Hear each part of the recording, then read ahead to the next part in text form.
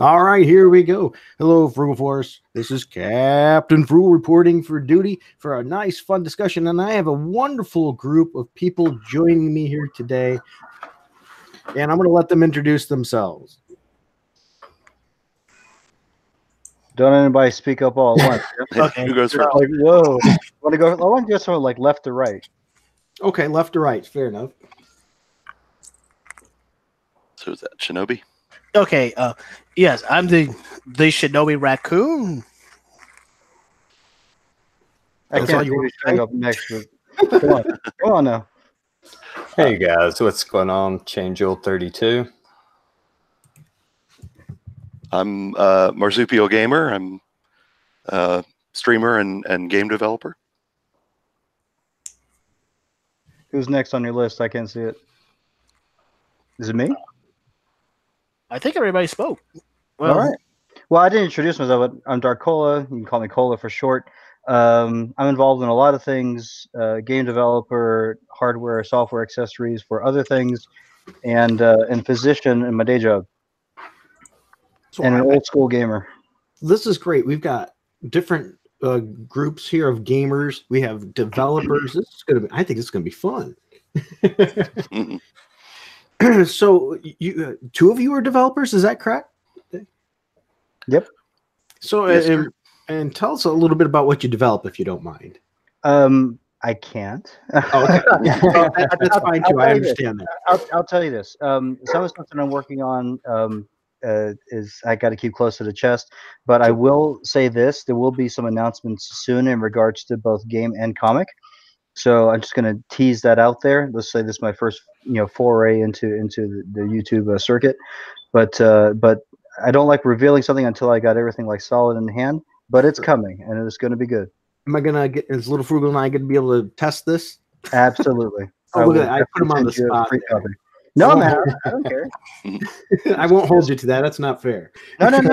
It's fine. Don't worry. I don't succumb to peer pressure. But on top of that, I figure that if you can actually get through the game, then it's too easy. So, no. He just means me. He's saying I suck. That's what he. Not as far as you know. No. You can get through it. It's too easy. Now your son, that's 6, can probably beat it. Well, that's awesome. So we want to talk about a couple fun topics today, and I might as well open up with the first one, which is easy mode. And these journalists with games need an easy mode. I have mixed feelings on this, and I'd love to hear your guys' thoughts on this. Before we go into this, let's if everyone agrees, let's split this up into a 2-part discussion, because one of the problems that developed in this, and I remember who was the journalist that posted this, I think on social media, but it was in regards to accessibility and disability, and I work a lot in that sphere and in that market. So I want to split that up, and let's talk about able gamers versus people with disabilities or difficulty playing, cognitive or physical. So just to preface that, you want to just first focus on just average Joe kind of thing? Yeah, sure. Why don't we go average Joe first, and then we can talk about the other part if that's okay. Right. Okay. So how about actually 3 parts? Average Joe, journalist, and disabled. Or, well, maybe journalists are disabled. Right. Yeah. That's not fair to disabled. I'm sorry. Yeah. Let's not insult the disabled. Yeah. So you guys, well, I always like to let other people speak before me. For the average Joe, what do you think about easy mode? Well, we were talking about this a bit offline. I was my comment was just that games these days, people are used to easy games, and anyone who's played any of the the old school NES games, Atari, anything like that, it's kind of a joke how much easier games tend to be now, and so it's kind of, I think it's a welcome thing to have a challenge, and it kind of bugs me when people complain about a game being difficult. Well, get good is my take on it. Triggered. Actually, I mean, a lot of them do take skill, and you got to work at it. It's having something just handed to you. I'm going to go out and admit this right now. Earlier this week, I played Mario Kart 64 with Little Frugal, and he actually did better than me. Yeah. And I've actually found, not only just from being out of practice, but as I've gotten older, my reflexes have definitely gotten slower. So I think I was definitely better at games when I was younger. Yeah, I mean, I think it depends, because when a developer's making a game, I think they kind of have like a intended difficulty level. And, what that level is, I think like it should never go kind of below that. I think there should, definitely be a challenge because, what the difficulty is when somebody's first playing a game kind of like sets the bar of what their skill level is going to be on that game. So if you give somebody easy mode chance, they might not strive for that next level of skill. Setting the bar low. Well, first of all, if in gaming, what experiences are going to be the most memorable for you? The one where you beat the game in an hour with no challenge whatsoever, or the game where you spent months trying to get through it because everything in the game was kicking the ever-loving crap out of you, and it took a while for you to figure out how to beat that boss or get around this obstacle or what have you. Yeah, I think you have some great points. The games I think I remember the most are the ones that were a real big challenge. It's like, yes, I beat this, like Teenage Mutant Ninja Turtles on the NES. I felt some pride when I beat that. Or shame. The very first Teenage Mutant Ninja Turtles game on the NES, that was nothing like the arcade game. Right. That was like one of the biggest kicks in the face. Yeah, oh, I know. But I will say this in regards. I think there are a couple of perspectives to look at. Again, if we're talking about average Joe or the family or the teenager or whatever that's buying these titles. Back then when back in the day when we were young whippersnappers, there was limited. It was limited access, and you didn't have internet. You didn't have access to all these ways to get through the game right away. You didn't have this network of either people doing videos or online journals or anything like that, or walkthroughs that would help you get through the title. Also, right. It was limited. So that actually, you got together with your friends, and it's like if you all had a system, you all got together and you spent weekends trying to finish the damn thing. Personal favorite of hell was Wizards and Warriors for NES, which was horrible. The first one, which was a horrible, painful experience in humility. I love that game. Oh God, if you're a player, I played the sequel. Oh God, yeah, play the first Iron one. Sword. Play the first one if you ever get a chance. I mean, Uh-huh. it's an amazing game. But to give you an idea of the insanely difficult level of it, it was made by the same team that made Battletoads. So, and I actually back in the day, I finished Battletoads straight through and going through all the levels. But that took a long time of practice. But when he did it, it was an amazing feat and rewarding. However, but back on track. So the thing with this is a couple of things, but things have changed, right? So everybody and their mother wants to get into gaming. They want to make a game, they want to develop a game, and there's a broad market of sales to go through. Well, on top of that, how do you make a broad market? You dumb down the game, or you make the game accessible for average players or below average, so that everyone gets through. But the retro titles that you know and love are very unlike the movie type experience that are most AAA titles. In other words, most AAA titles, if they're not, a multiplayer, battlegrounds type game where there's a great deal of chance that gives everyone at least a chance to have kills and find cool stuff, appealing to that aspect of gaming. Is it really a game, or is it more of an experience of a mapped out experience, as we know exactly what's going to happen every time? Even if it's random, your experience is the same as everybody else. Do you see what I'm getting at? The way it's I'm designed. sorry, you lost me at you beat Battletoads earlier. No, no, just Yeah, kidding. yeah. No, it's fine. So anyway, but besides that, you want to make you want to make sales, so you make the game of a certain skill level. And we noticed this since the 90s that this was already being figured out. That's like if you continue to lower the game, slow it down, take certain Twitch elements out of it, it appealed to a broader market. But again, you can take every single retro title or game that's on PC platform, and you will not make the amount of sales that you're making on a simple tap phone game.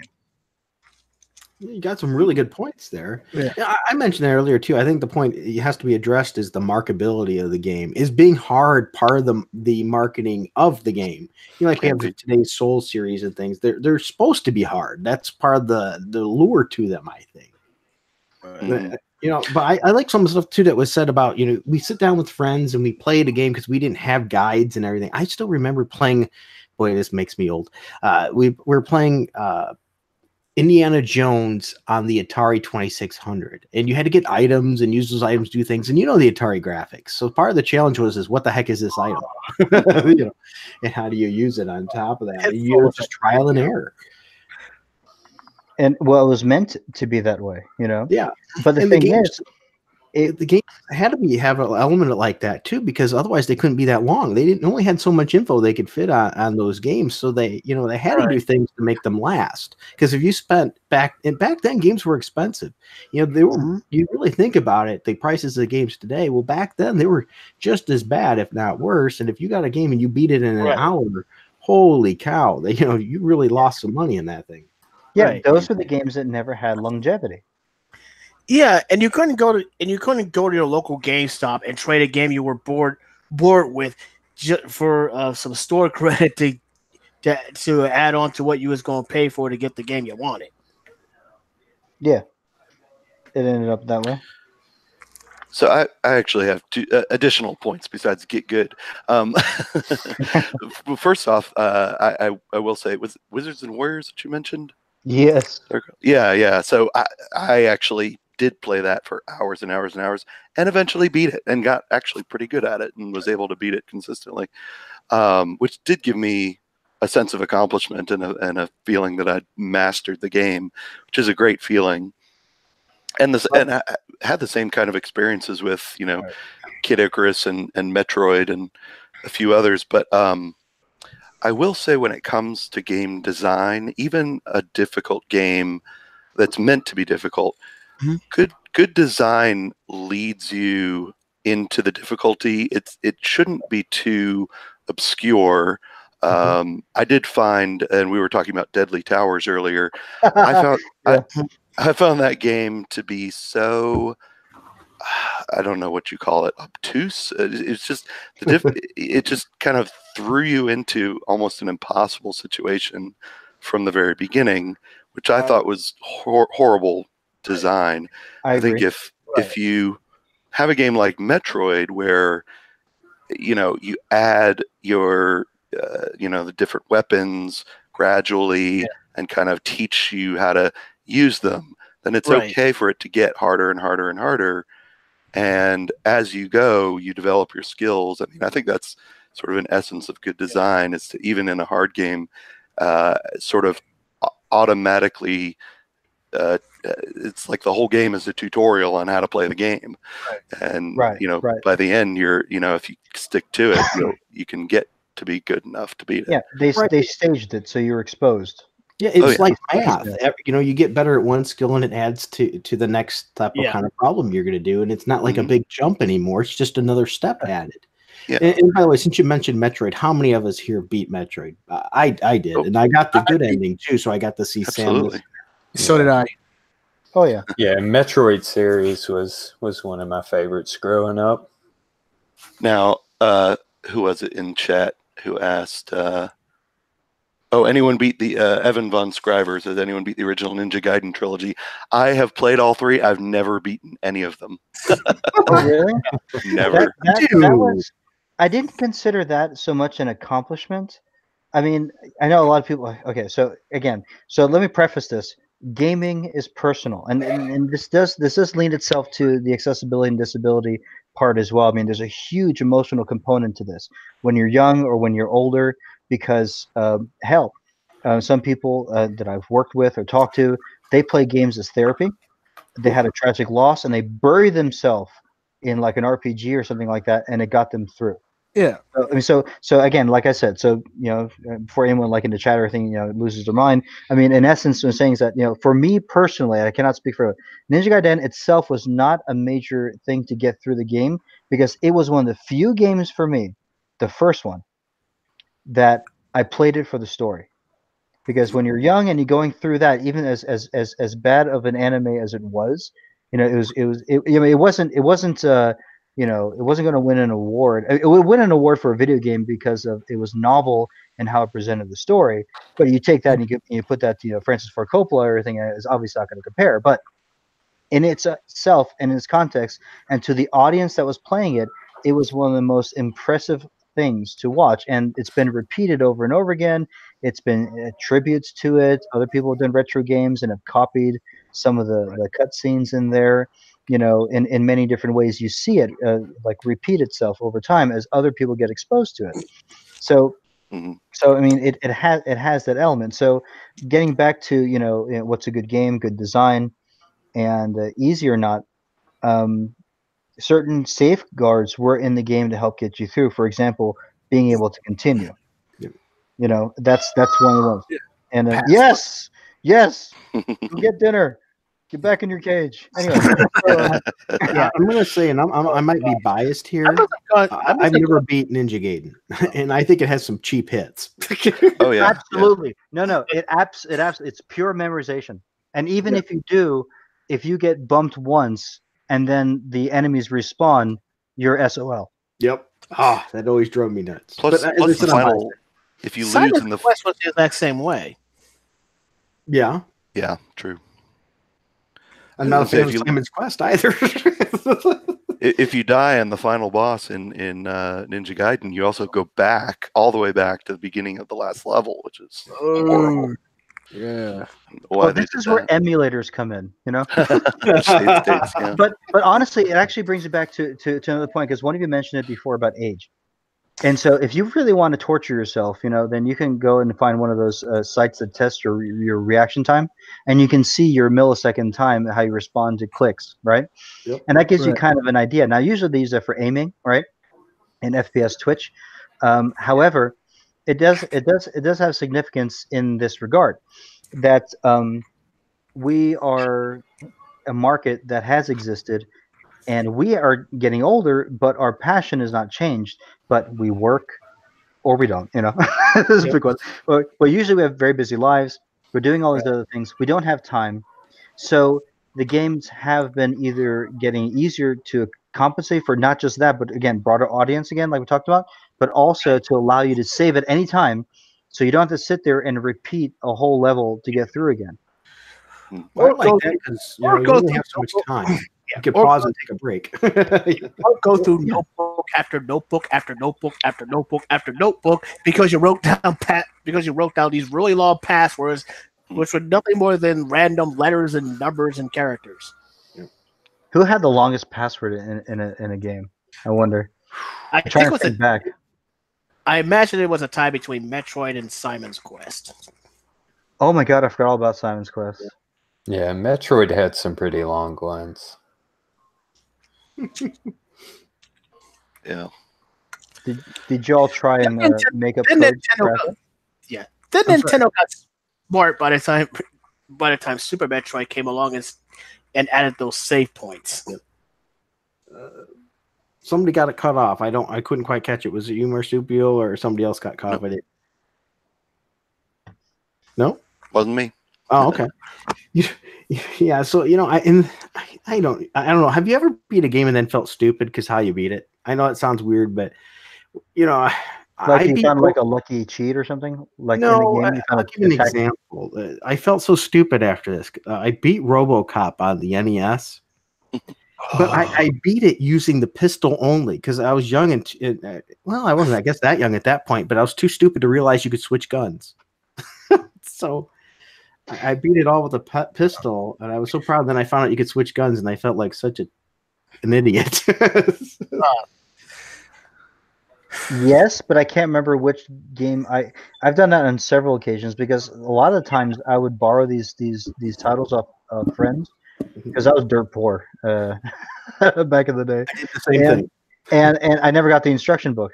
So I'm like, now imagine that, right? Like Deadly Towers, I didn't have the instruction book when I got it, for one example. So it's like you just, and I don't even think that helped anyway. I think when I read it later, but I mean, like saying like Legend of Zelda, I just got it. I had no clue.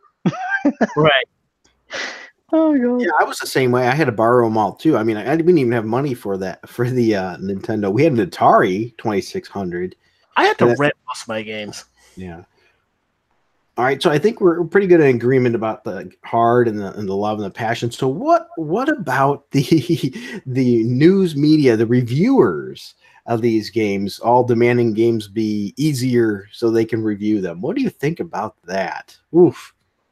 I can start by being that guy, and let's take the reviewer side for a second. I mean, if we're gonna say, and to be fair, regardless of any personal opinion or any altercations we may have had or disagreements,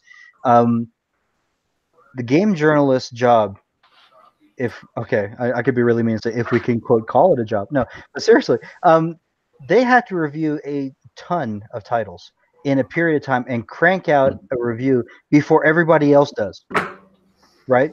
So from that one perspective, I could understand why they would probably like to have the ability to have an easy mode just to get through and review the title. However, it doesn't give you a completely accurate because you don't get the same feel, but at least you get through the game. And you could always you should have the ability. I would argue for it. I would say they should have the ability to be able to switch it on at key moments to get through, with the appreciation that it was definitely very difficult in particular moments, and give some testament to that fact. Or at least the review say counter to that. yeah, that's fine. It's two parts. One is a lot of times they get review copies, so they get it ahead of everybody else. Right. So they have a backlog. But they do have a backlog.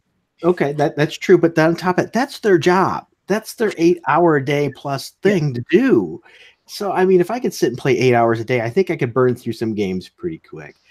But then on top of that, too, and here's my biggest maybe snafu with that, is if you have the ability to at any time turn the game easier to what it is, you've actually changed the intent that it was designed to be. And is that truly an honest review anymore? Because it's a tainted review based on adjusting of settings that aren't there for the average person. They're no longer actually reviewing the same thing. Well, then again, let's take that at face value and say, okay, that's the case, but then we're going to end up with just a bunch of reviews of level 1 for all these titles. Level 1 was really good. There we go. I'm going to be a games journalist. I'm going to call it level 1 reviews. Level 1 reviews. I love it. That's great. I love that idea. Let's do that. Let's make our own website and call it level 1 reviews. Why not? Why not? I mean, I think there's a whole bunch of web channels that kind of do that already. I mean, most of them are troll channels where they'll say oh, this game sucks, and then they'll only show like the first 15 minutes of the game or the first level. Yeah, I've seen that a bunch. My take on the whole games journalists calling for easy modes, it's really only for them, I think, because I don't think that gamers in general care about this, because if they find a game too difficult to the point where it's not fun, they just won't play it. They'll play in a different game, which is perfectly fine. I think that's a valid thing to say, well, this game kind of isn't for you if it's too difficult, you don't have the time to invest, or you're just not good at this type of game. There are a zillion other games you could try, but these journalists have to play it because they have to review it. Right. And so they're having trouble getting through it. Yeah, but I mean, they should be able to have that one job. I don't know. Mean, how many of us can be bad at our job? How many of us truly can be really bad at our job and still be employed? That is a very scathing, valid point. I mean, it really is true. And I thought about this before. And as I said, I just want to give a counter argument before we started this, because to be honest, it is really easy to pick apart the issue. I agree on your side in this, because there are a lot of other reasons why the journalist. Again, now we're only talking about the journalist group and easy mode. We're not talking about anything else, correct? So for the journalist, then what we're talking about here is okay. Do they need this to get through the games? How many reviewers are there per team, and how many are going over the game to get through it? Because that's another issue that I have. It's like if you only have one guy in your staff that's playing like a AAA title to get through it, then I have an issue with that. Because then you literally are not getting a very good or broad perspective versus the power of just watching someone play through a game online on YouTube. And that, I mean, that's what I do usually first before I even consider buying a game. I want to see how it plays. And at least I know you'll get. No, we're just talking about in general right now. Yeah. Now, I will say this. I'm going to make a bit of a hypocrite of myself here because I can understand the fact that maybe you are really struggling at a game. Be able to turn the difficulty down to make it playable for you would increase the market. So, yes, I'm a bit of a hypocrite here. Okay, I try to look at things from multiple perspectives and rational. But I am leaning towards the side of get good. And, yeah, Nerd, welcome and share your thoughts. Here's the thing about that. My issue is that the people that are complaining and demand in easy mode are paid to play video games. Like, that's what a game journalist is. They're paid money to play and talk video games, and they can't play video games. Like, it's already known since Cuphead. Remember the Cuphead scandal where he was like, wow, this game is so hard I can't even beat the tutorial, and everybody knew how to beat the tutorial? Like, you don't beat a tutorial. You're supposed. It's kind of like. Yeah. Anyways, it's kind of like the what do you call it? The screening test you take before you take the lecture and then take the real quiz. Yeah. You know what I mean? It's like, what do you know? You know? Oh, you don't really know anything. Okay. It's like, why are you even working here? Why do you work for this? Like, why are you the game journalist? Oh, that's right. You're friends with somebody that's in this news outlet, and you don't know how to write real news. And that's the next point I completely 100% agree with, is the fact that, you know, if you are literally have the word, you know, and you are a game journalist, and yes, an assumption that you must play and get through these things to do it, then you should have a proven level proficiency and also the skill to be able to write and present, or at least video blog and explain, or be entertaining, or be informative, one or the other, right? And be able to do both of those skills. So there should be some sort of entry level where it's like, you need to be able to do these things consistently. Yeah, I think that even like the game companies, you know, for the journalists, you know, they should pretty much be like, okay, we're going to give you a copy of this game to play. You know, you can only do it at the default difficulty. Like, even if there is like a easy, you know, medium, hard, you know, or whatever the case be, you know, I think that, you know, if I'm reading a review on something, I want to see what kind of the intended, you know, how it was intended. You know, that's how it should be reviewed. Right. If I wanted to see an article whining about how hard a game is, I just tuned into one of the irate gamers' old reviews. Seriously, YouTubers are just better at reviewing games now. It's well, here's another thought too. In my opinion, if it's their job to review games, they're usually not the only person. There's a team of them. If you suck at that game, maybe somebody else on the team can bite the bullet and be good at that game and play it. Yeah. You know? Yeah, that was part of my implication. I mean, you should have more than one, not just for perspective, but I mean, honestly, it's like, okay, let's say you hit a part that you can't get past. Well, maybe you pull out Freddy, who's like, oh, I'm an expert at bosses. Knock him out, Freddy, you know? And then move on. Right. They shouldn't all have the same level of ineptitude. Oh, are you a negative Nancy? All right.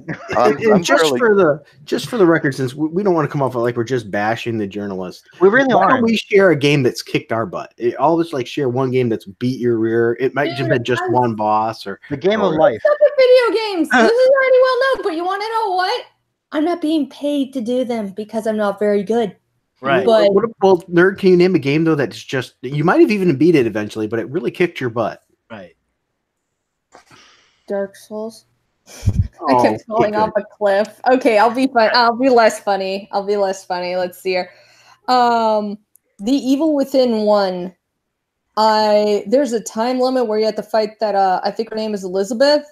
the creepy giant long armed heavy breathing girl monster that chases you around. And I'm not very good at shooting guns either. And there's a time limit, and you have to get all this stuff, and you have to wait for things to go off, like elevators and stuff, to get away from her. And I had really low health. And it didn't. I think I remember that game. I remember having an easier time with Time Crisis than that one. I ended up not finishing that one, but I bought 2, and I decided, I looked into everything I was really bad at in the first game, and I worked on that throughout it, and I've actually been able to survive many bosses ever since, because I learn, like, I immediately start maxing out skills on targeting with your guns, because I'm like, that's the thing I need to learn, and I'm immediately grabbing as much loot I can find. Like, even if there's monsters around, I learn how to sneak behind them to get all the items, because I need those, and I learned to be resourceful in that game. Right. Thanks for the tips, because I haven't played it yet. It's on my shelf. Oh, it's very good. I like it. Yeah. All right, somebody else want to share a game that's kicked your butt, or maybe you still beat it anyway? But mostly certain arcade titles. I mean, again, older school, but it's like those would be the ones I go to. Cause see, it's funny because that's always going to be my comparison, because they were made to be hard.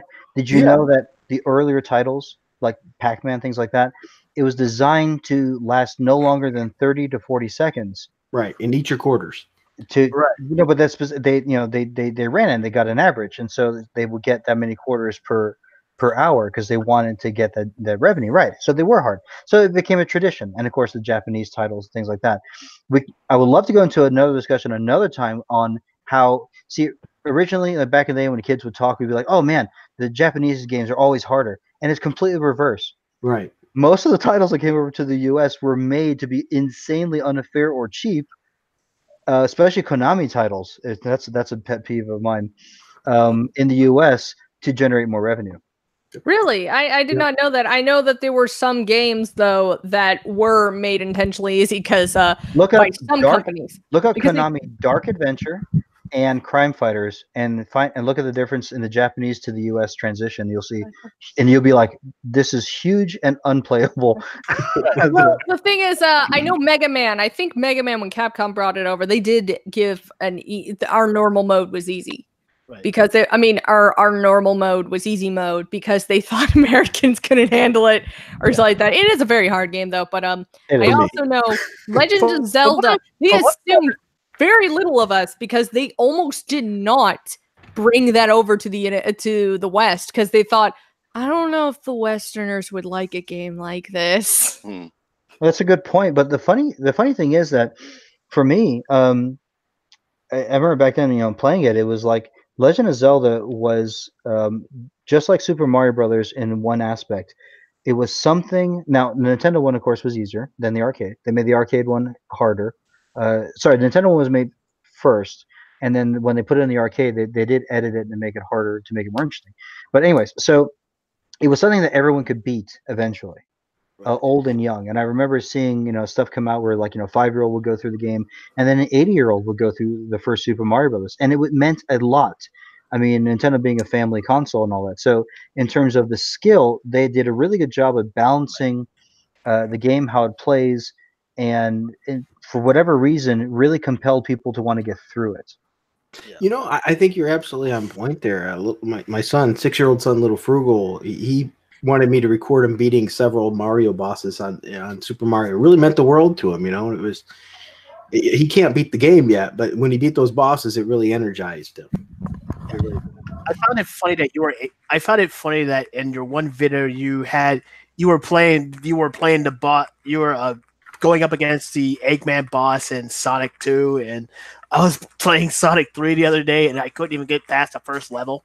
Well, it was Sonic 1, and that's the only Sonic I've ever beat. So see, I have a whole series that I have never beat a single game in, and that's Final Fantasy.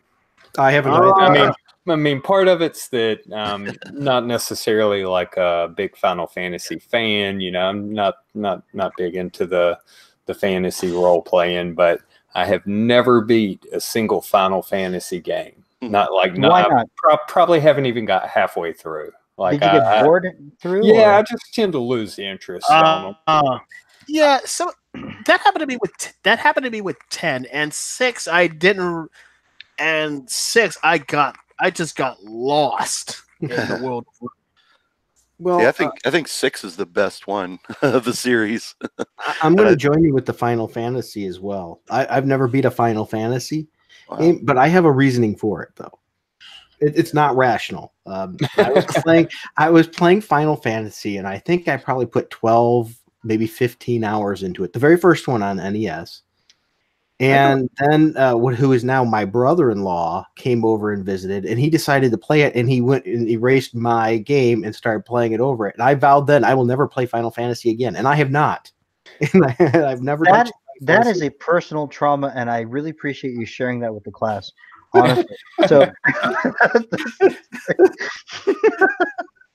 I'm right there with you. I've never beat a Final Fantasy, and I never will. I finished one.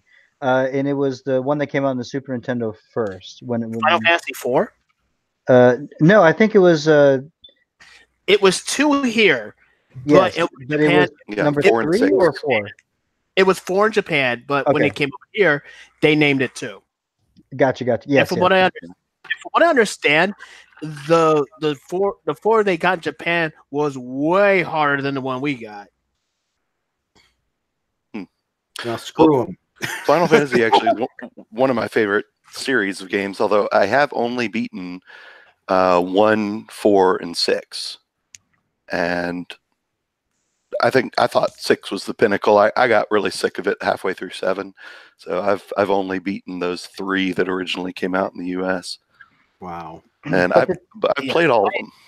But to take this and digress a second, so to bring it back to the main topic in terms of easy mode, applicable here is like what makes you play through a game and what keeps you playing a game, and then, but really the question that I would like to ask now is like, do you feel that you had a bad experience if you never finished the game?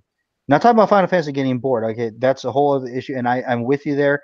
1, my life, and 2, I don't have time or interest. I'd rather just read it on Wikipedia what happened, But I know I've got a bunch of games that I love to have played in my past that I've never finished. But I don't care. I had a great time playing them. Yeah. Do you need is it entitlement, or is it a responsibility of the developer to make sure that everyone can finish their game? Wow. Well, I think metaphysics. I will say this. There is the legend of how we first got our cheat codes. That was because the guy that was making Contra, one of the developers, couldn't beat. He sucked at video games. He couldn't beat it, but he needed to make sure the game was good. He needed to make sure that there was no glitches. So he set up a secret code into there so he could have unlimited lives. Up, so down, left, right, BA. Start. Yeah, so he could find the glitches in the game. Yeah, but I will say I couch co-op beat Contra 1 and the second Contra with my brother, my older brother. We sat down, we beat those together. That was some great pride without the codes, and that took a lot of work and a lot of name calling to each other as we accidentally jumped in. You moved the screen and killed the other player on accident. Oh, that level. You almost have to have the exact same level of skill in order to get through that level, because someone's going to end up getting left behind on that level. Well, I'll say the answer to that last question is it depends, and it kind of leads me into the previous question, which is what games kick your ass. I will say, despite the fact that I never did beat it, I thoroughly enjoyed every Ninja Gaiden game. The first 3 Ninja Gaiden games, especially the first one. I played the hell out of that. Still never beat it, but thoroughly enjoyed it. Did you ever play the arcade one? Just really quick to ask. What was it? The arcade Ninja Gaiden, the one that started it all. I think a couple of times, but not a whole lot. I was just curious. For me, So- I can't do that. It's a compulsive thing. If I play a game, I don't want to play another game until I beat the one I'm playing. And it is hard. It's part of the reason I have a big backlog, I think. I do that too. And I'm very selective in which game I pick. Like there's certain games, like I have Skyrim on the shelf that I'm afraid to even pick up that game because I don't have time to put hundreds of hours in a game. I might beat a game in a month that takes 6 hours to beat because of the amount of time. See, this is where Sometimes can be frustrating. I've got a video where I beat a game I haven't put up yet, and I'm going to put it up soon. Have any of you ever played Killzone Liberation for the PSP? No. I don't think. Nope. It's the only Killzone game that wasn't first person, and I decided to beat it, play that and beat it because I've had Killzone for the Vita that's supposedly really good, and I just haven't played it yet. And I wanted to beat the other one because it came first. I like to beat them in order, and I ran into this one boss, this tank kind of thing, and it killed me 73 times. Because it counts how many times you die at the end. I lost that thing 73 times, but I beat it and I beat the game. So at the end, I have a death montage of me dying a bunch. awesome. So, well, this is where my ADD helps. I guess I can definitely put down a game and play another one for a while. But see, I can't. I feel defeated. Well, the game I was going to say actually did kick my ass. Let me just finish up this little story. Would be Doom 3, and that was the game that taught me that I do not like first-person shooters. That I'm just no good at them. And in that case, I definitely did not enjoy it. I didn't, get my money's worth out of it. I didn't like it at all, and I was just like, okay. First-person shooters are just not for me. See, I liked Doom 3. I beat it too, but I'm sure. I mean, lots of people did, but it's just not my game. I'd probably have a tolerance for first-person shooters had it not been for my nephew playing had it not been for having to play with my nephew on Call of Duty. Well, that's one of the reasons I like first-person shooters. There was a point where we get about 18 members of our family, and we'd all put headsets on, like my nephews and things like that, and we'd play together. And it was a real blast. And we didn't have to be good. I mean, we died all the time. It was just more fun of just picking on each other, Exactly. Having family have fun. Well, if it's just you and your family getting together on one server, that's fine. But when you're on a server with a bunch of with your friends, and they got friends you probably don't even know each other, and they're like these hardcore players, and you're like this scrub. It's not fun. Well, if they carry you, it helps. Well, I'll tell you, it's not exactly a first-person shooter, but one game I'll say has apparently really perfect balance is Splatoon 2 on the Switch. It's fantastic, and no matter how good or bad you are, you can still win or lose a match. I mean, I've found, I'm not that far along. I do like it, and I'm probably like level 15 or something, and I'll play a match with people who are up to level 50, 60, 70, and still have a great time. Sometimes win, sometimes lose. It's amazing how you can. You don't walk away feeling like you got cheated. Oh no, yeah, absolutely. I mean, like I'll lose 5 in a row, and then I'll win 5 in a row. It's just kind of random. Well, I think that might be part of my luck too. I don't get enraged and aggravated if I'm losing or getting beat by a game. I just try to find the fun in it. It's like, well, maybe next time. Some of these people rage quit so bad. Well, and the matches are like 3 minutes long, so you can totally, Well, it depends on the level of just intensity too. I mean, I used to play a lot of Dirty Bomb and stuff like that, and it's like that first-person shooter had a level of fast intensity and a lot of angry people. So it's just the mute button is your friend, but it's just it appeals to different gamers, because for me, I like it, oh god, this is gonna come out wrong. I like it hard and fast. No, but seriously, I mean, again, I got to budget my time, so I'd rather go for like a short, intense experience and then walk away, and then be like, okay, great, then I'm gonna go, then I go back to work or do whatever I have to do. I don't have the time for the other things, so I guess life kind of shaped my game interests. I think that also killed me for the long, RPG games and things. Life just does not give me time for RPGs. Right. Yeah. All right. So, go ahead. Oh, I'm sorry. You go ahead. Yeah, I almost exclusively play shooter games, and like even with that, like it's rare now. Like probably the last 2 years, there has not been a shooter that I've actually finished the campaign on. I just like the multiplayer deathmatch, and with the popularity of battle royale, there's so many variables in like how hard any given match can be. I mean, because it's everybody's dropping in with nothing, and you don't know who else is in the lobby. You could be playing with a bunch of for lack of better terms, noobs that you're just gonna like mop the floor with, or you could just get slaughtered quick. So it's been one of my favorite things about the battle royale is it's kind of like everybody's jumping in at an equal playing field. I mean, time played gives you a little bit of an upper hand, I guess, and knowing like certain spots or stuff, but it's pretty fun. I agree. I mean, but I for me, there's a little bit of burnout from campaigns, I guess you could say. I mean, there are some single player ones that are just amazing, but it's hard to find now. But also, it's hard to weed through and find and pick out a good one. One, because there's so much out there, and number two, unfortunately, you get newer developers, even some of the indie ones. They tend to want to emulate what existed, and then you're like, oh well, this is not. Then you hope for a multiplayer, and then you want to go for that experience because at least you get, like you said, for the reasons that's there, makes it more appealing.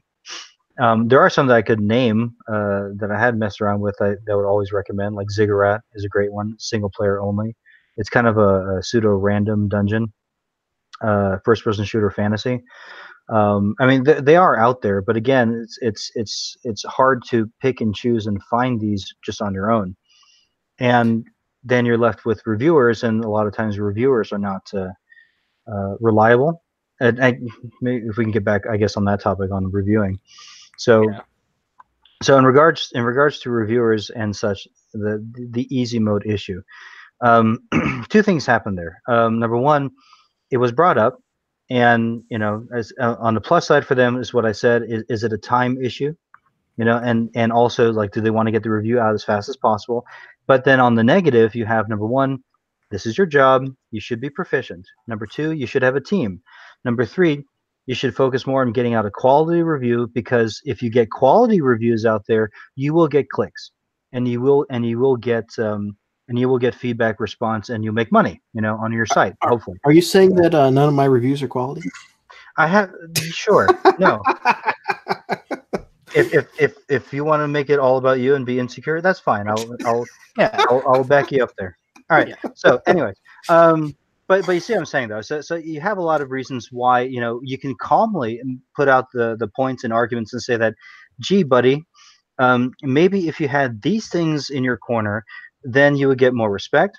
And then you have a happier life, honestly. However, and I don't want to get into this part, but it is something that is also there that we've been dancing around. We haven't even mentioned is what is the game reviewer actually talking about these days? And so, and then it's also is like, if I see a game review, I want to see something that I want to play and that I want to spend money on.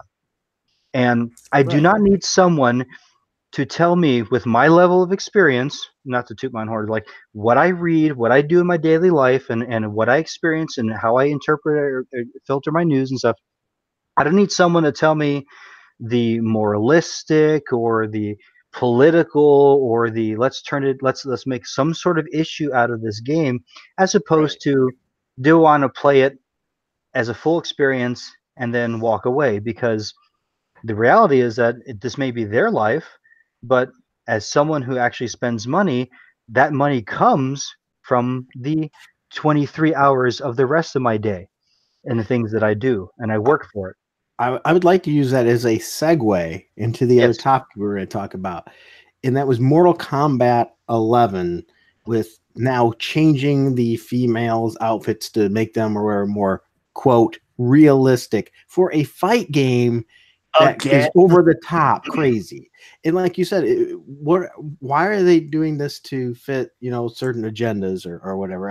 I'd love to know your guys' thoughts on Mortal Kombat and the changes now of these characters.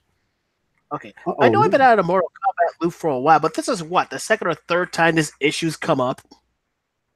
Yeah, it's getting to be more common, I think, all the time. I mean, it's good to know we've learned nothing from what they've done with Soul Calibur, Senran Kagura, or Dead or Alive. Oh yeah, I mean, what would Dead or Alive be without jiggle physics? I mean, if you're a Dead or Alive fan, that's pretty much what you're playing for, the fan service. Well, I like Dead or Alive for the game. It's a fun game. I think it's a game that you could go into. Playboy for the articles. Well, no, I mean, seriously, it's a fighter game that you don't have to be super technical and you could still do good. It's good for, all levels. Because, like, if I jump in Mortal Kombat, I haven't played and beat a Mortal Kombat since Mortal Kombat 3. I don't remember all these stinking moves anymore. I just don't. Right. So here's the problem, the way I see it. A lot of, especially larger game companies, are really looking too much, in my opinion, at the game review scores and things like Metacritic scores, averages, and that sort of thing, and it's giving way too much power to game reviewers who, for the most part, tend to have these sorts of views that if your game has scantily clad women in it, we are going to give your game a bad score. And then the developers or sometimes like a publisher will set certain goals where the game has to get a certain score for the developer to get bonuses and things like that. This is what I've heard. And unfortunately, that doesn't necessarily translate to sales.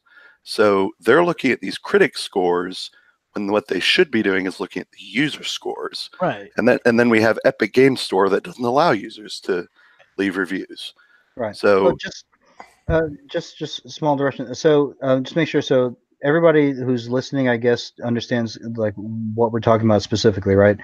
That there have been a lot of public announcements by the developers of Mortal Kombat and those involved saying that they have specifically made these changes to the costumes for the female combatants. And not the males. The male ones are completely not. They seem to be just standard as usual, half naked or covered. Nothing seems to be different there. They look great, I mean, whatever one's persuasion. I mean, who cares?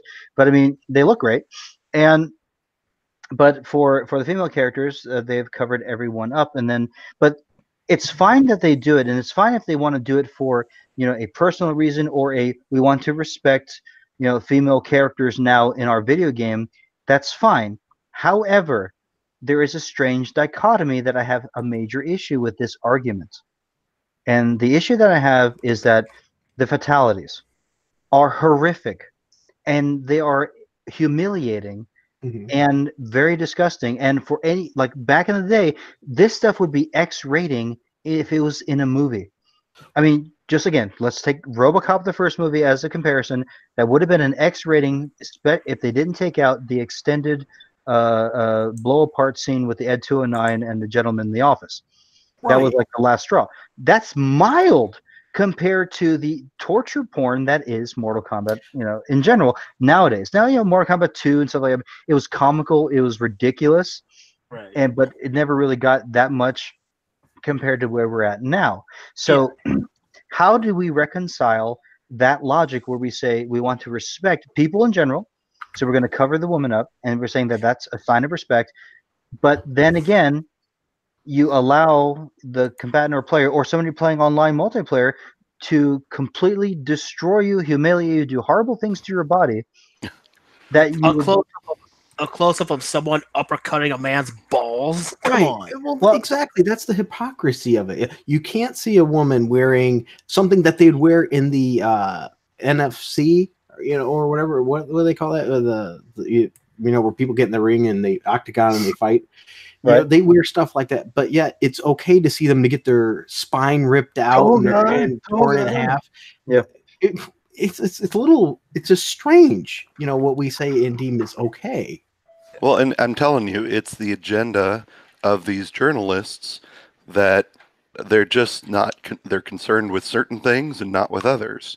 Is it just the journalists? Because, I mean, if a big company wants to do it, and they have the fan base, like, okay, let's take Street Fighter V.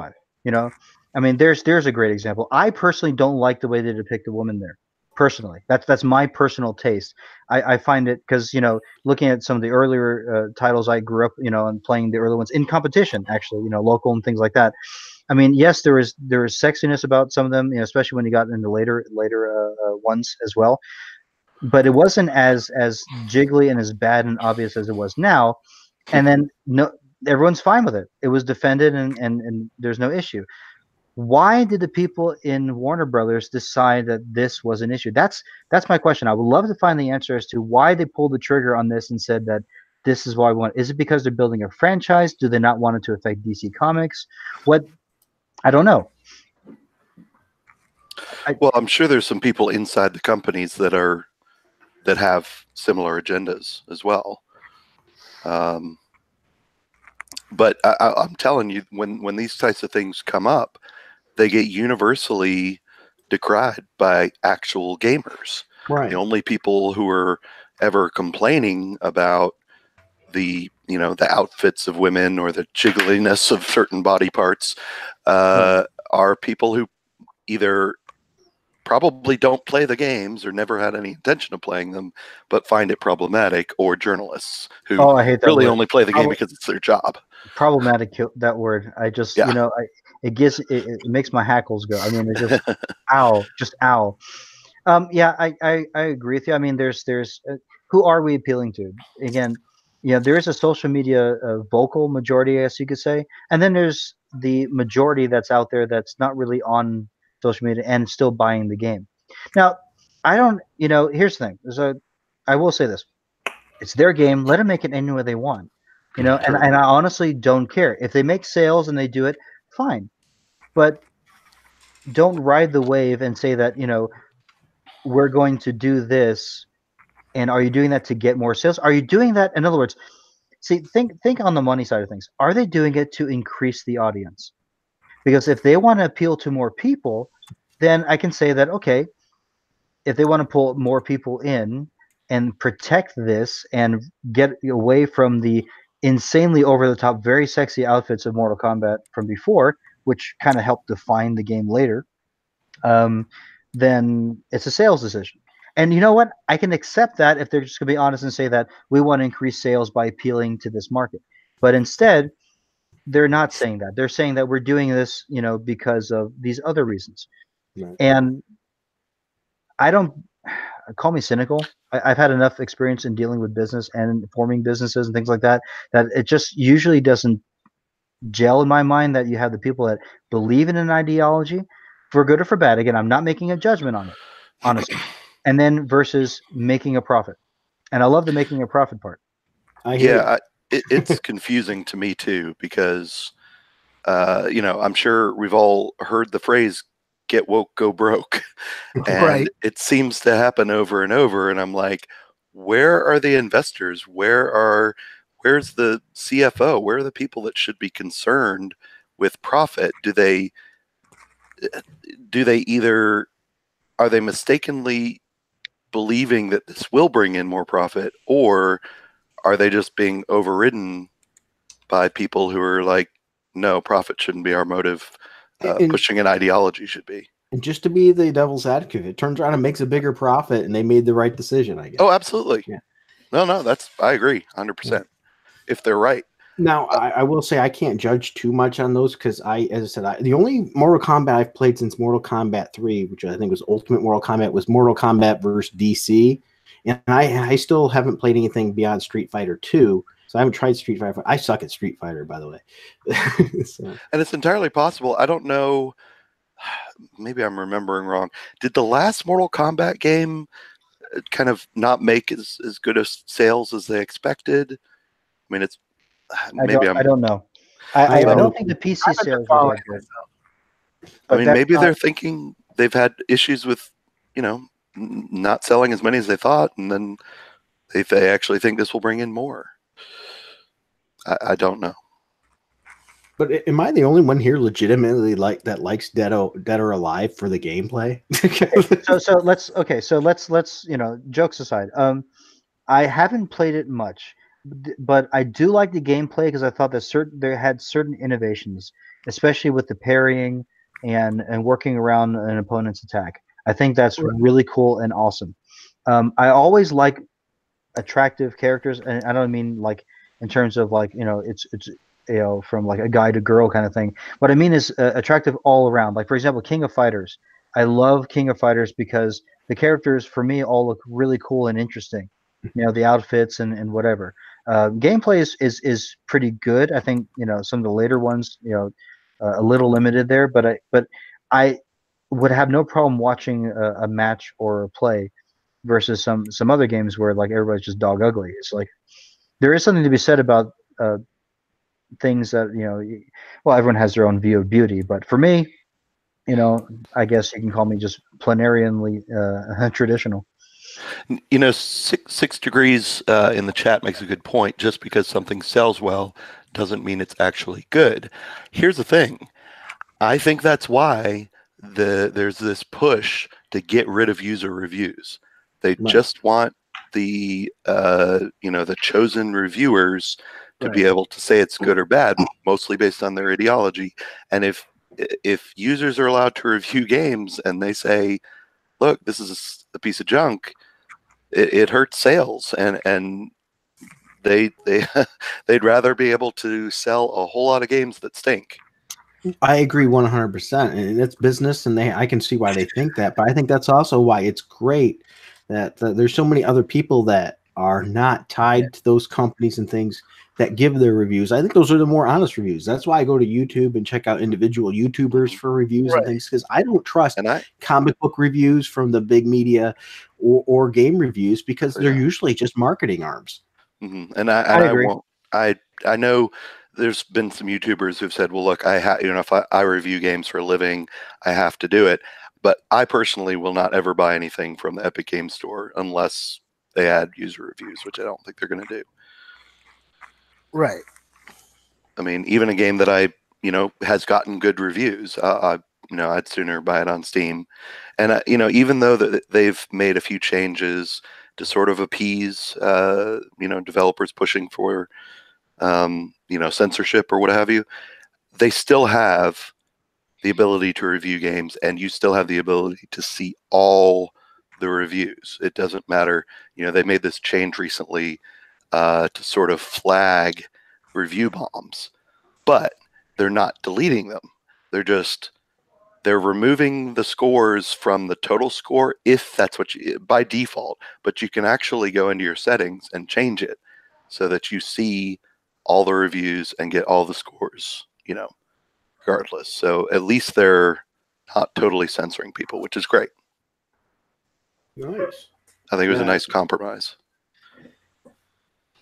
So, no real. See, it's interesting. It's just really some gray topics here. It sounds like we're a bunch of capitalists in here. As long as it sells better, we're fine for it. No, my God, we're what's wrong with that? I mean, capitalists. Oh no, I didn't mean anything wrong with that. I'm fine with that. I'm a capitalist. No. I'm perfectly fine with that. So. I did the screen share of the Mortal Kombat characters here. Yeah, so the two on the left are characters from the new Mortal Kombat coming out. So got Cassie Cage on Mortal Kombat 11, which comes out here in another couple days, 10 days, something like that. And the one on the right is from Mortal Kombat 10. So, I mean, that one, you know, it looks like they kind of made her look more cute girlish than, you know, kind of the persona she played in the past ones. And then, you know, it looks like they turned Sonya Blade, like, completely into, like, I don't know what they did with her. They just that's kind of pitiful. Hey, anybody got a light? All right, thanks. Lorenzo Sleestack said you guys keep glossing over the consumer side. What specifically you want to hear about the consumer side of things? Yeah, because I thought we were sort of debating both sides. I think and the reason I think it's an issue is because without the consumer, the business isn't going to exist.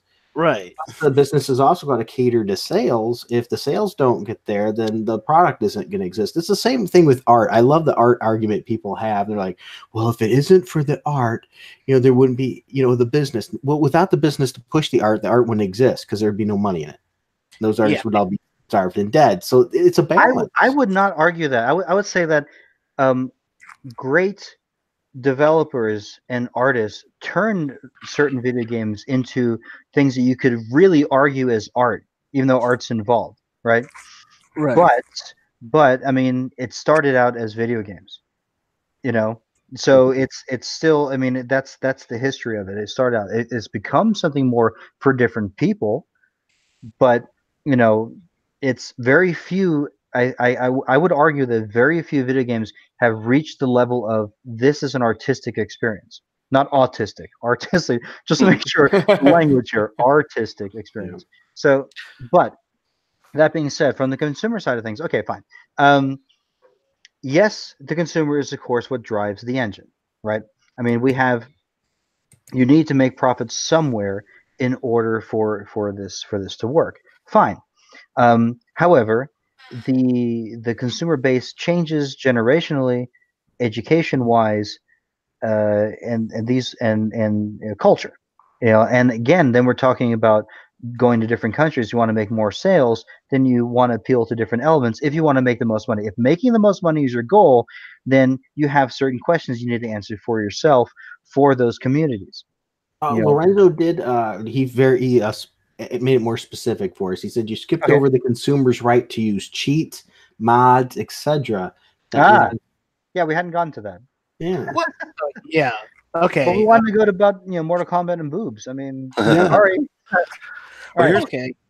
I had one quick thing. I kind of suspected that's what he was talking about because I was looking at some of his earlier chats. Here's my thing. I think certain games, when we're talking about game difficulty, if that's the game that the developer wants to make, and they just don't want there to be an easy mode, and they don't want there to be a way to cheat, and they feel that's their artistic vision, and they feel that they can make money doing that, I think that's perfectly okay. I don't think we necessarily have a right to demand. We can ask, and if enough people want it, then it would be smart if the developer made games easier, more accessible, what have you. But ultimately, if they feel they can make money, if they want to appeal to a certain user base that likes sort of a difficulty that you can't get around, that you just have to learn it, then I'd prefer to respect that decision and say, well, so for people who it's too difficult for, play a different game. I mean, there are plenty of games with easy modes and cheats and mods and that sort of thing. Yeah, I mean, there's games that I suck at and games I'm good at, and I realize that. And the ones that I'm not good at, I'm just gonna have to practice more or not play them, I guess. Let's go round robin in this. I think everyone should throw their opinion out there on that question. Okay. Yeah, I don't mind. I'll go next. For cheat codes and things, I don't care if games have that or mods. Personally, I don't. But I think the part of it should be the developer and the company's intent, and they should have that. If they want their game to be hard, I'm fine with that. If they want it to be accessible to all groups and they think that's the best for them, I'm fine with that. I tease once in a while about get good and things, and that's because I hold myself to that standard. I want to get good. And just for the record, as for the accessibility part, which we were going to make sure we talk about a little bit too, I'm in that group. I ripped my wrist apart twice. I can barely write sometimes with my writing hand, and that's why I don't draw anymore and things. And I have a lot of trouble. So, and I don't let it hold me back. I still do what I can. Cap, something came up. I got to pull out. All right. Well, take care. Okay. Yep. Ciao. All See ya. right. Oh, sorry. See ya. Yeah, we All right. lost Nerd earlier too. I don't know what happened, if her internet went out or what. So what do you guys think then? What's your thoughts on the On easy? mods, codes, and So, okay, so and I always will have a soft spot for modifications for titles only because it for first-person shooters, honestly, most of them bore the pants off of me. It wasn't until the community made cool stuff for games that's when I really get interested. Like for example, the original Quake, Duke Nukem, and then later on, I mean, it was a community's mod effort that really brought out potential on each title. This is harder to do as the games get more complicated and there's so many titles out there. Yes, but it's still out there and still happening, and a lot of times it happens to the benefit of the community. Now, that being said, that's the rainbows and unicorns And answer on that. I But agree with in that as regard, well. but in regards to easy mode in all titles, for example, or cheat codes being available, any company, Capcom, selling easy mode cheat codes or access to all in-game items or things like that, for a couple of bucks, there's a special level in hell for you. You should not sell that stuff. like, are you That's talking like horrible. one-button fatalities and stuff like that? Well, and I mean, Capcom Resident Evil remake 2 remake, they released a quote a download content that allow you to, unless I'm mistaken, allows you to purchase like all the unlocked items and stuff for you. But anyways, so in regards to this, um, it's you can argue this either way, because then it's a question of uh, is the developer entitled to make the game as they want it, despite what the consumers are asking for? And is the consumer entitled to have their cake and eat it too for the game and have all these things unlocked? My personal opinion is no. The developer should be allowed to make either the most offensive game that's out there on any level. I don't have to see it and I don't have to pay for it. As long as you're not making me buy it, we're good.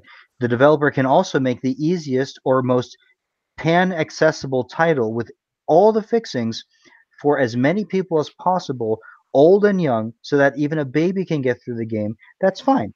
I mean, that's extreme. I'm not putting anybody down saying that. I'm just saying that, if we had to take it to the extreme conclusion, then yes, so You that know, everybody can get through it. That's also a developer decision and choice if the market's there. For example, let's say Street Fighter 5, right? Let's say they did it so that it was one button presses for special moves. They actually did that for the 30th anniversary, or no, not 30. I can't remember which one they did. For this, one of the Street Fighter ones released for the Switch, they did it where they had easy button inputs or easy one hit button presses for special moves. That's a fine idea, and that works for some people because the controls are kind of hard to deal with. So it compensated for bad controls by adding these easier functions. It was not well received because most people, unless they're on camping or something like that, are not going to be playing a competitive Street Fighter title without a little bit better gear than the default Joy-Con. Fine. But notwithstanding, um, I think that it behooves AAA developers who spend years making a game to reduce any penalties, any negative backlash, any negative press, and to appeal to as broad a market as possible, because they have investors that are demanding particular, recompense for their investment. Then it behooves those AAA titles that touch more people, or in a more of an experience than an actual game, like the original Contra, um, to make it as accessible as possible. Now, should the consumer be entitled to finish any game? No, because I have not finished every game. And if I use me as an example, which is a poor one at that, but I mean, if I was to use me as an example, I can't finish every game. Like there's certain driving games. I mean, I suck at driving. You never want to see me drive. All right, it's just bad. Bad in real life. Bad in video games. Fine. Walls are great, right? Anyway, so I mean, I'm not going to finish every game, and I can't demand that you need to make this game available for me to finish. Lorenzo brings up another topic too. Yep. He wants to be able to skip tutorials if he wants to. He says nobody gets what I'm saying. I'm severely dyslexic and I do not learn well from tutorials, and I wish to skip them. So he thinks they should have an ability to skip the tutorials. You know, I have nothing against that. If they make a tutorial that's not fun, you know, some of them are really crappy, but sometimes the tutorials are good. But I'm fine if a developer makes it so you can skip it. Oh yeah, That's a fantastic idea. Yeah, there's quite a few games that I wish I could have skipped the tutorial on, like State of Decay. And there's just a ton of games that have overly long tutorials. You know, and I mean, I get, you know, that sometimes the tutorial's kind of in place to, you know, if somebody don't know anything, you know, it'll walk them through. But I think, you know, most gamers have like at least like or I assume them to have a certain skill level and understanding of game mechanics. So I think certain tutorials dumb down stuff and can actually be off-putting in itself.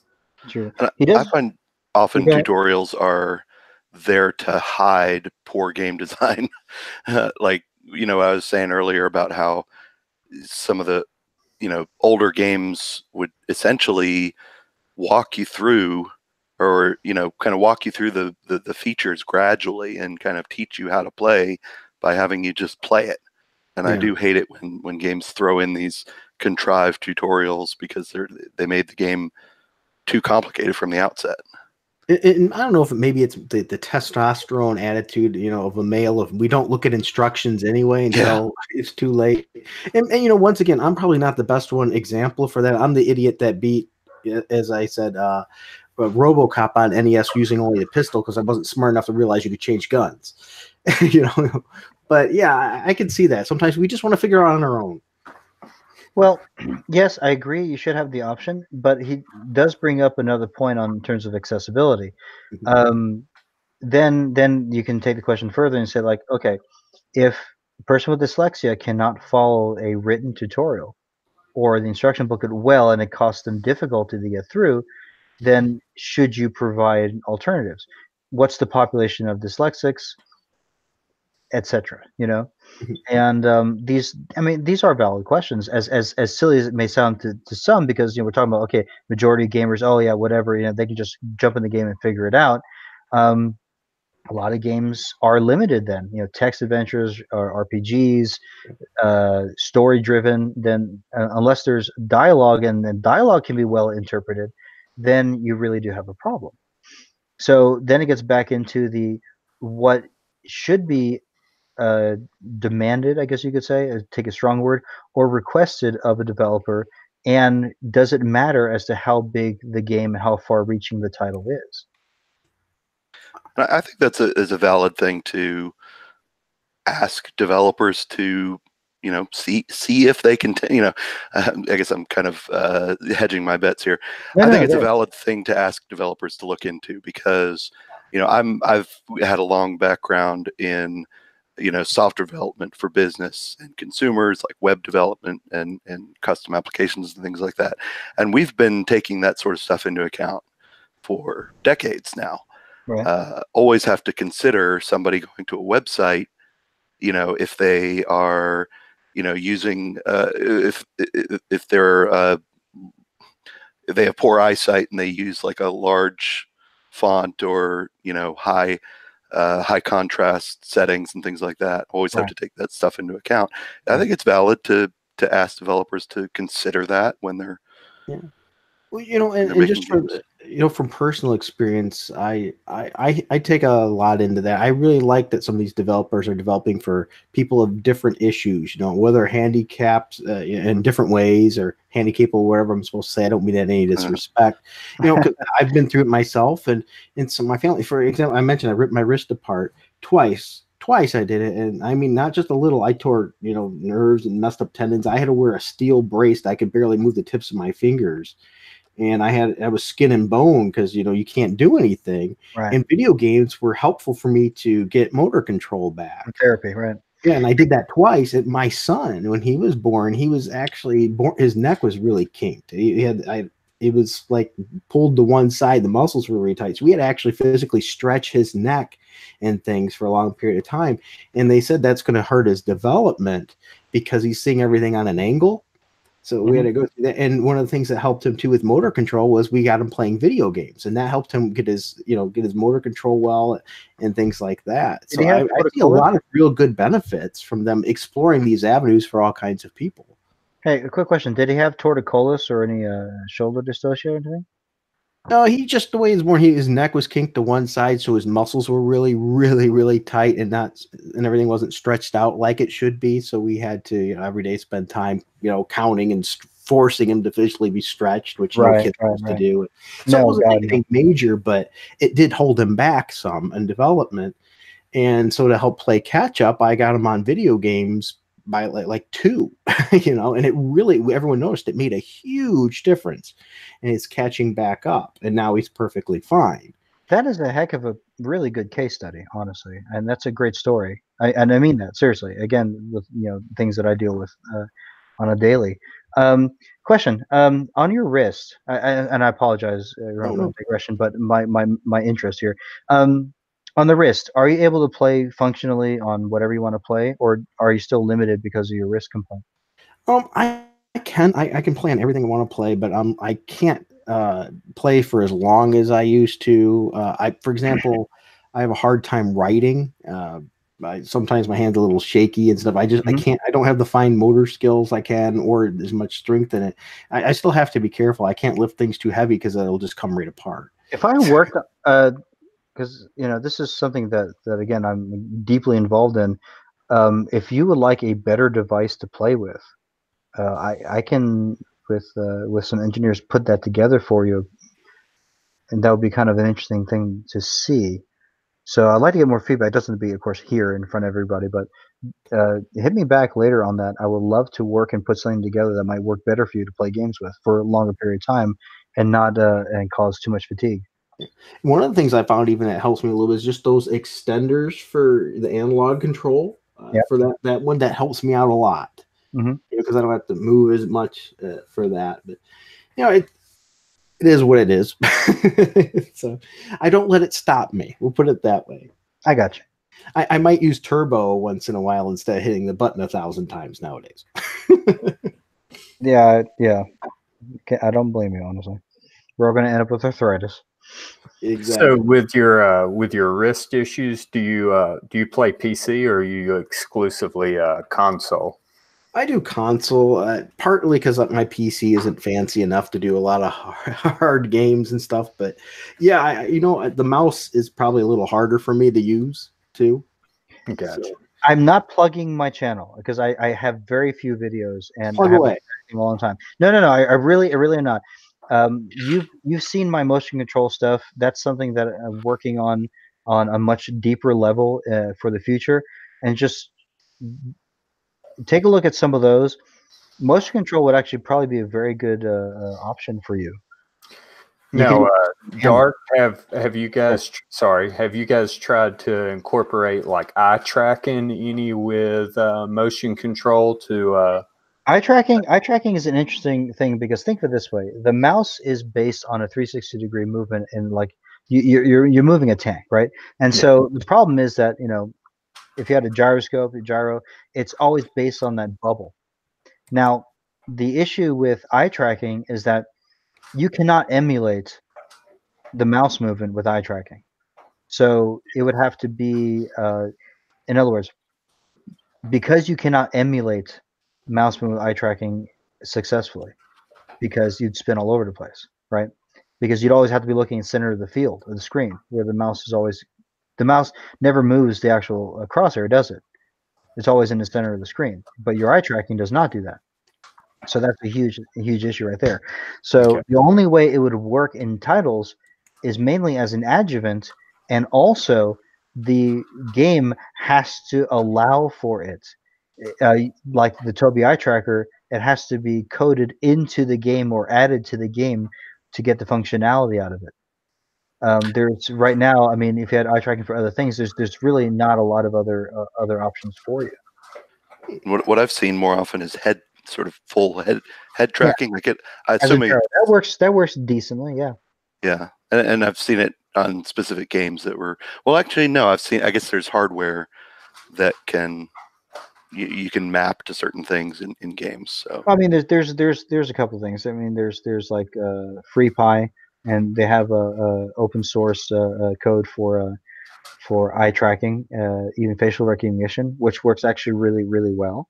And you can do that, but again, you on your end, you have to actually do a lot of code work to adjust it for whatever scenario they whatever title, or even if you're just using it to interface with the computer, they have to work with. I mean, that's a whole other can of worms. It takes a lot of work to do that, and that is also kind of I was about to say patient specific, but showing my code here. It's person specific, because everyone has a different I was gonna say a different size head. No, I mean everyone has a different level of ability, and even for a quadriplegic, and this may work well, but some may have a trachea, may have limited head movements. There's a lot of things to consider. Guys, I think this is things we could talk about for a lot and do more, and maybe we should another time. But I probably should wrap this one up pretty soon. It's starting to get late. No, don't be. I think it's been absolutely great. I hope you want to come on again. We could talk about more of this kind of stuff too, and maybe some other fun game topics. But before we do wrap it up, please, by all means, plug your channel so people, more people that get to watch this can check out your great stuff. Because I know of it. I've watched a lot of your videos, all of you, that I can. I can't say I've caught all of them. I'll admit that, but I catch what I can. And if you don't mind, please share your stuff so they can too. Go for it, y'all. All right, I guess I'll go first. I'm Marsupial Gamer, obviously. You can catch me on Twitter. My handle's actually Avatar John, but you can search for Marsupial Gamer. You'll find me. I'm also on Twitch, YouTube, and DLive, which I've been on for many months, long before PewDiePie. I'm not familiar with that DLive, you said? Sorry. Yeah, it's another streaming service. That you should definitely check it out. Yes, DLive is awesome. And I play games. I'm contemplating switching those over to just Twitch because I'm going to be doing some more stuff on YouTube, more like entertainment news, that sort of thing, sort of stuff that you do as well, Captain. But I'm also going to be doing some IoT, Internet of Things videos and things like how to mod 3DS to stream from it, and I also have a super secret, well, not so secret, comic book related project that I'm going to be announcing very soon. So very awesome. That's it. All right, you can follow me on Twitter, Changeil32. I'm on Twitch. I've been slacking for a little bit. Made a big career change and just didn't have time for it. But everything's kind of settled back down. I upload on YouTube as well. Same name. Usually funny gaming clips. I got a good group of people I game with on Xbox. I game on pretty much every platform. But on Xbox, do kind of funny clips that we record and I upload. So going to be having a whole lot more content coming up, and some indie comic reviews and whatnot. All right. Finally for me, it's Darkola. I mean, physician primarily, as I said before. That's my love, my passion. I mean, genuinely love getting up in the morning and going to work and helping people as best as I can. I work a lot now also with disability and accessibility, using gaming as rehab. There's a lot of projects going on in the background there for that I cannot talk about yet, but will be coming out soon. And then it will be a whole other world. And so, but also fell into this and these nice people in this group, also to work on a comic book project and a video game project. So these things will be announced in the months to come. But in the meantime, I'm just going to sit here and heckle. And so you see, I brought all of them on because they're all better at talking about this than I am. I'm just a fool that plays games. So, so thank you guys so much for coming on here and making me look good. I appreciate that. You're a good guy. Y'all take care. Thanks for having us. All right, so everyone, thank you for taking the time to watch. If you don't mind, spread this around so other people can, listen to these subjects. You notice that we had maybe some slight disagreements. We weren't mad at each other or anything. It was, I think, just fun topics to discuss and see the validity of multiple sides. And I never want to talk to you again. That's fine. thank you for the good questions in the comments, and letting us know, hey, we were missing this, so we could cover that. Much appreciated for that from all of you. So thank you for taking the time and watch. Until next time, keep it frugal.